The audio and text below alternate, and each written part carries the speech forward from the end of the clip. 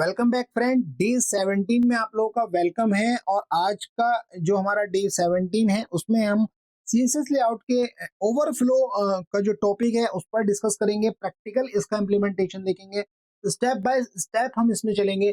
दोस्तों, यदि आप फर्स्ट टाइम इस यूट्यूब चैनल पर आए हैं और आपने अभी तक इसको सब्सक्राइब नहीं किया है तो प्लीज सब्सक्राइब कर लीजिए, क्योंकि यहाँ पर आपको कंप्लीट फुल स्टैक डेवलपर की जो फ्री ऑफ कॉस्ट ट्रेनिंग है वो यहाँ पर आपको मिलती है।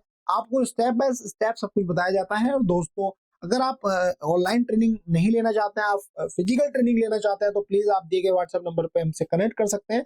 समर ट्रेनिंग, विंटर ट्रेनिंग और अप्रेंटिसशिप ट्रेनिंग हमारे यहाँ चलती रहती है। तो दोस्तों, आइए बिना किसी देरी के स्टार्ट करते हैं। डे 17 और डे 1 से लेकर डे 16 तक की वीडियो ऑलरेडी इस यूट्यूब चैनल पर अपलोड कर दी गई है। यदि अब तक आपने नहीं देखी है तो प्लीज देख लीजिए। तो दोस्तों, यहाँ पर हम बात करने वाले हैं कि सीएसएस की ओवरफ्लो प्रॉपर्टी के बारे में। ओवरफ्लो की जो प्रॉपर्टी है वो करती है कंट्रोल जब हमारा कंटेंट हो जाता है ज्यादा बड़ा। ठीक है, यानी जो कंटेंट है काफी बिग हो जाता है और हम उसको फिट करना चाहते हैं एक एरिया के अंदर। जब हम किसी एरिया के अंदर उसको फिट करना चाहते हैं तो यहाँ पर होता यह है कि हमें ओवरफ्लो का जो है यूज करना पड़ता है। ओवरफ्लो स्पेसिफाई करती है कि जो आपका कंटेंट है वो जो है उस एरिया के अंदर रहे जहां पर हम उसको लगा रहे हैं, और जिससे कि हमारा पेज को इजीली तौर पर सही तरीके से हम उसको देख सकें। तो दोस्तों, यहाँ पर जो ओवरफ्लो की अगर हम प्रॉपर्टीज की बात करें तो यहाँ पर 4 तरीके की वैल्यूज दी गई हैं। एक तो विजिबल वैल्यूज होती है, हिडन होती है, स्क्रॉल होती है और ऑटो होती है। तो स्टेप बाय स्टेप हम सबको देखने वाले हैं। तो आइए बिल्कुल एकदम स्टार्ट करते हैं। तो सबसे पहले हम क्या बनाते हैं? सबसे पहले कैंडिडेट हम बनाते हैं, एक डिप को बनाते हैं। ठीक है, तो डिप उससे पहले मैं एक हेडिंग को मेंशन कर देता हूँ S2, और S2 में मैं लिख देता हूँ कि CSS layout and then overflow. ठीक है, ये मैंने मेंशन कर दिया है, यानी हम ओवरफ्लो की प्रॉपर्टीज को देखने वाला है। और थोड़ी सी इसमें स्टाइलिंग भी इंटरनल मतलब इनलाइन CSS हम इसमें अप्लाई कर देते हैं। तो इनलाइन सीएसएस में हम इसका बैकग्राउंड कलर ब्लैक कर देते हैं और कलर इसका वाइट कर देते हैं। इसका कलर वाइट कर देते हैं। ठीक है, तो ये हो गया हमारा। और इसमें जो टेक्स्ट का लाइन है उसको हम कर देते हैं सेंड। ये क्या आप देख पा रहे हैं, ये आ गया हमारा हेडिंग। तो कैंडिडेट यहाँ पर हमें अब करना है डिव को रेडी। और डिव को रेडी करने के लिए जैसे कि आप विजुअल स्टूडियो अगर कोड यूज कर रहे हैं तो उसके अंदर शॉर्टकट्स मेथड भी अवेलेबल है। तो मैं शॉर्टकट मेथड से आप डिव बनाने वाला हूँ और मेरे को 4 डिव जो है बनानी है। यहाँ पर हम लिखेंगे डिव डॉट क्लास का नेम। तो क्लास का नेम फर्स्टली हम जो क्लास लिखेंगे वो लिखेंगे विजिबल। ठीक है, विजिबल। और जैसे आप एंटर प्रेस करेंगे, देखिए यहाँ पर डिव आपके सामने रेडी होके आ गया है। और इस तरीके से आप जो है डिव को बना सकते हैं। ठीक है, शॉर्टकट्स आपको लिखने की जरूरत भी नहीं है। अब डिव जो हमारी विजुअल है उसके अंदर हम आते हैं और यहाँ पर हम एक क्लास बनाते हैं। तो यहाँ पर हम क्लास बनाएंगे, डिव डॉट कंटेंट नाम की क्लास बनाएंगे। ठीक है, जैसे आप एंटर प्रेस करेंगे तो आपके सामने क्लास आएगी और इसके अंदर हम लिख देते हैं this content overflows but is visible. ठीक है, हम इसको देखेंगे तो यहाँ पर हमने जो क्लास बनाई है वो हमारे सामने आ गई है बनकर। ठीक है, तो यहाँ पर ये विजिबल क्लास है। ठीक है, और उसके अंदर जो कंटेंट है उसके ऊपर मैं कमेंट को भी मेंशन कर देता हूँ, जिससे कि आपके नोट्स भी हैंड टू हैंड प्रिपेयर होते रहेंगे और आप समझते रहेंगे कि किसके लिए क्या चीज यूज हो रही है। कंट्रोल के साथ अगर आप फॉरवर्ड स्लैश यूज करेंगे तो ऑटोमेटिकली कमेंट का आपके सामने ऑप्शन आ जाएगा। और यहाँ पर हम लिखेंगे विजिबल ओवरफ्लो। ठीक है, और यहाँ पर हम लिख सकते हैं डिफॉल्ट। ये डिफॉल्ट होता है। देन हम नीचे आते हैं। नीचे आने के बाद यहाँ पर हम एक BR का यूज कर लेते हैं, जिससे कि यहाँ पर हमको थोड़ा सा गैप आ जाए। अब हम नेक्स्ट जो बनाएंगे वो बनाएंगे हिडन ओवरफ्लो, यानी ओवरफ्लो को हम हिडन करेंगे। और इसके लिए मैं एक फिर से एक डिप बनाना चाहता हूँ, डिप। देन उसका क्लास का नाम क्या होगा, हिडन होगा। जैसे मैं एंटर प्रेस करूंगा, देखिए आपके सामने आ गया है। और इसके अंदर भी मैं एक डिप बनाना चाहता हूँ, तो डिप डॉट और यहाँ पे रहेगा कंटेंट। इसके अंदर मैं कंटेंट को नोट डाउन कर देता हूँ, this content overflows but is hidden. वो विजिबल था और ये हिडन है। यहाँ पर आ गए और नेक्स्ट एक और डिप बना लेते हैं। तो डिप बना लेते हैं किस लिए, स्क्रॉल ओवरफ्लो के लिए। स्क्रॉल ओवरफ्लो, ये स्क्रॉल ओवरफ्लो आ गया। और देन हम नीचे आते हैं, यहाँ पे हमें डिप बनाना है, डिप डॉट और क्लास का नाम लिखना है, क्या लिखना है, स्क्रॉल लिखना है। ये आ गया। इसके अंदर एक डिव और बना लेते हैं, डिव डॉट क्लास का नाम क्या रहेगा, क्लास का नाम रहेगा कंटेंट। एंटर, और इस कंटेंट में लिख देते हैं दिस कंटेंट ओवरफ्लो और स्क्रॉल टू सी मोर। ठीक है, ये हो गया। अब हम इससे बाहर आ गए, फिर से बी आर एक यूज कर लेते हैं, थोड़ा सा ऊपर भी एक बी आर यूज कर लेते हैं यहाँ पर। ठीक है, जिससे कि क्या होगा कि ये थोड़ा सा एक अलग रहेगा लाइन में, बी आर यानी न्यू लाइन में आ जाएगा थोड़ा सा। ठीक है, यहाँ पर आ गए। अब एक और जो है ऑटो ओवरफ्लो जो होता है उसको हम लिख लेते हैं। ये डिप जो बनेगी वो ऑटो ओवरफ्लो। अब इस पे अलग अलग प्रैक्टिकल्स हम समझ पाएंगे, ठीक है, स्टेप बाय स्टेप हम समझ पाएंगे। नीचे आ जाते हैं, देन यहाँ पे डिव और डॉट क्लास का नाम जो हम देना चाहते हैं, तो मैं क्लास का नाम देना चाहता हूँ ऑटो। ठीक है, यहाँ पे ऑटो लिख देता हूँ।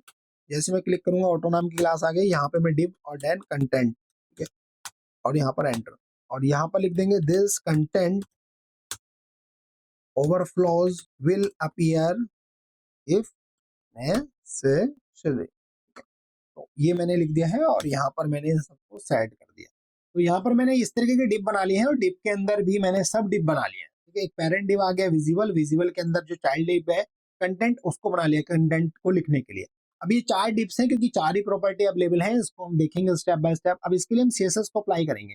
तो सीएसएस को अप्लाई करने के लिए कैंडिडेट, जैसा कि आपको पता है कि आपको जो है हेड सेक्शन में आना होता है और हेड सेक्शन में आपको स्टाइल टैग के अंदर इसको लिखना होता है। ठीक है, तो जैसे आप स्टाइल टैग को लिखेंगे तो स्टाइल टैग के अंदर अब आप क्या लिख पाएंगे, आप देख पाएंगे कि आप इसमें सीएसएस लिख सकते हैं।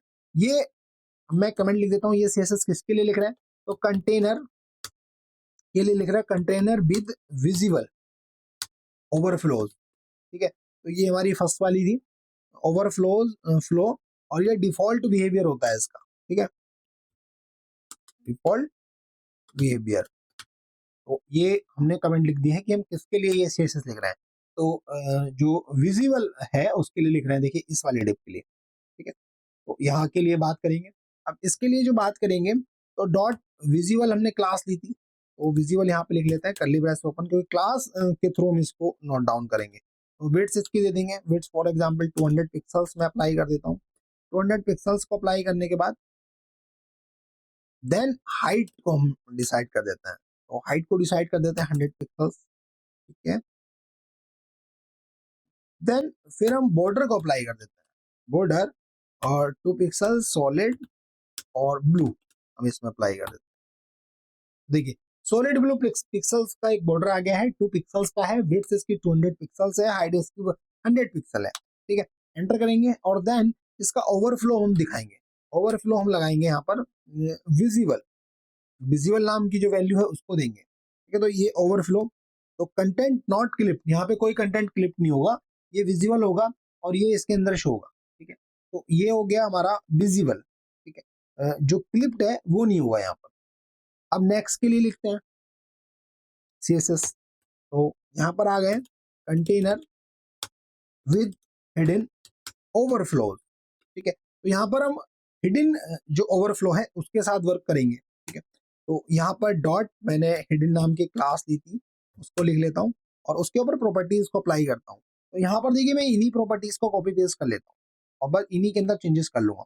जो वेट्स है वो 200, हाइट इसकी 200 रखते हैं।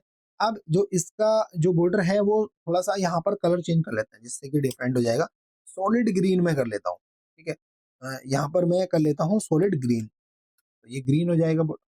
ओके, और यहाँ पर हमें जो ओवरफ्लो है उसको करना है हिडन, वो ओवरफ्लो नहीं कर पाएगा। अभी हम इसमें कंटेंट को बढ़ाएंगे और देखेंगे कि जो ओवरफ्लोइंग कंटेंट है वो क्लिप्ड होगा। यहाँ पर कैंडिडेट, यहाँ पर मैंने इसके बीच में जो है अपना जो टेक्स्ट है उसको इंक्रीज कर लिया है जिससे कि हमको और अच्छे से अंडरस्टैंडिंग हो जाए, क्योंकि ये क्लियरिफिकेशन नहीं हो रहा था। तो यहाँ पर हमने देखिए विजिबल जो क्लास ली है, जो विजिबल है, ओवरफ्लो विजिबल है, तो यहाँ क्या हो रहा है आप इसको देखेंगे अभी। तो यहाँ पर जो हमारा जो बॉर्डर है उसके ऊपर कंटेंट आने लगा है, यानी ओवरफ्लो विजिबल हो रहा है। बट जैसे ही मैंने इसको हेडिंग लगाया तो ये ओवरफ्लो इसके अंदर चला गया, इस वाले बॉर्डर के अंदर, जो हमारा ग्रीन वाला बॉर्डर है। तो वहां पर क्या हो रहा है कि छुप गया। तो जो ओवरफ्लो विजिबल आप लगाएंगे बाय डिफॉल्ट तो आपको इस तरीके से मिलता है। ठीक है, और अगर आप लगाते हैं हिडन तो आप क्या देख पाएंगे कि जो कंटेंट है वो आपके डिप के पीछे की तरफ चला जाएगा। तो कंटेनर विद हिडन ओवरफ्लो, इस तरीके से आप समझ सकते हैं ये है। देन हम चलते हैं नेक्स्ट स्क्रॉल के साथ। मान लीजिए कि डेटा तो आ रहा है, डेटा बड़ा भी है, स्क्रोलिंग बार भी चाहिए, तो ठीक है, तो स्क्रॉल के लिए हम लिख लेते हैं पहले, सबसे पहले इसकी comment, container with scroll overflow, ठीक है। तो यहाँ पर आ गए, और यहाँ पर आने के बाद अब हम करते क्या है, इसी को कॉपी पेस्ट कर लेते हैं, ओके। और यहाँ पे क्लास को चेंज कर देते हैं। क्लास क्या होगी हमारी, क्लास है हमारी स्क्रॉल, ठीक है। स्क्रॉल होगी, विड्थ ये होगी, और इसको बॉर्डर को कर लेते हैं रेड, इसका कलर कर लेते हैं रेड, देन रेड आ गया।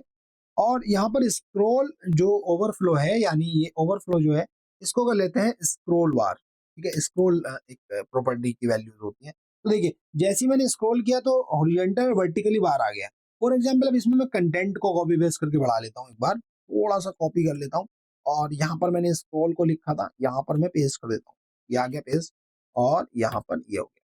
तो देखिए आप क्या देख पाएंगे कि जहां पर मैंने स्क्रॉल लिखा है, तो ये स्क्रॉल के अंदर ही सारा का सारा कंटेंट आ जाएगा, ठीक है, स्क्रॉल हो जाएगा। और यहाँ पर अगर मैं इसको और कंटेंट को बढ़ा देता हूँ, फॉर एग्जाम्पल अगर मैं बढ़ा देता हूँ और कंटेंट को, आप क्या देख पा रहे हैं, ये देखिए सबका पूरा पूरा कंटेंट जो है वो इसके अंदर ही आ गया है, स्क्रॉल बार। आपने क्या देखा, पहला आपने देखा कि विजिबल, जब आपने विजिबल ओवरफ्लो लगाया तो ओवरफ्लो विजिबल होने लगा, यानी कंटेंट जो है वो जो बॉर्डर है के ऊपर आने लगा।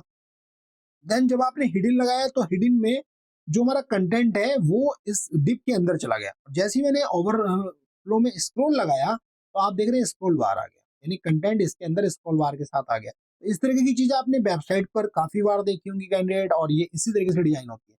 अब जो हमारा नेक्स्ट है यानी लास्ट है जो हमारा, वो क्या है, तो वो है ऑटो ओवरफ्लो एक आता है, ठीक है। तो यहाँ पर कंटेनर, मैं कमेंट लिख देता हूँ, कंटेनर विद ऑटो ओवरफ्लो, तो यहाँ पर ऑटो ओवरफ्लो के लिए मैं फिर से क्लास यानी मैंने ऑटो ली थी, कर्ली ब्रैकेट से ओपन, कर्ली ब्रैकेट क्लोज करेंगे, विड्थ यहाँ पर आप देंगे, विड्थ देंगे 200 पिक्सल, एंड देन आप हाइट देंगे, फिर इसकी हाइट देंगे आप 100 पिक्सल, ठीक है। और देन बॉर्डर देंगे आप इसका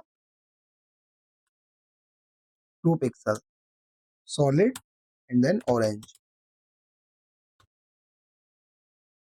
ओवरफ्लो, ठीक है। ओवरफ्लो देंगे इसका ऑटो, यहाँ पर ऑटो नाम की वैल्यू अवेलेबल है।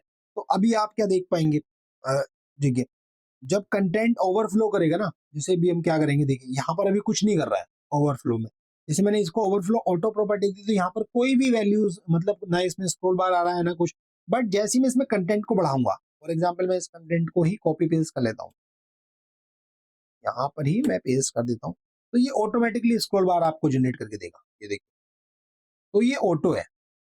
अगर आपका टेक्स्ट छोटा है, ठीक है, फॉर एग्जाम्पल अगर आपका टेक्स्ट विंडो में आ रहा है, दिख रहा है, तो ये स्क्रॉल बार नहीं देगा। अगर नहीं दिख रहा है मान लीजिए, तो वहां ऑटोमेटिकली स्क्रॉल बार आपको दे देगा। तो ये 4 तरीके की प्रॉपर्टीज अवेलेबल है सीएसएस लेआउट के ओवरफ्लो में, और ओवरफ्लो प्रॉपर्टीज को अपनी रिक्वायरमेंट के अकॉर्डिंग आप अपनी वेबसाइट में या वेब एप्लीकेशन में लगा सकते हैं। और इसका प्रैक्टिकल इम्प्लीमेंटेशन भी हम देखेंगे स्टेप बाय स्टेप, जब हम वेब एप्लीकेशन को डेवलप करेंगे तो वहां भी आप देख पाएंगे, क्योंकि हम छोटे छोटे कंसेप्ट को यहाँ पर क्लियर कर रहे हैं दोस्तों।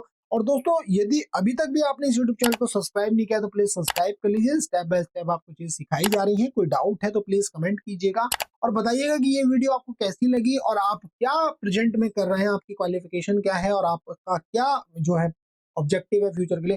तो दोस्तों मिलते हैं नेक्स्ट वीडियो में। Have a nice day, thanks for watching this video, have a nice day.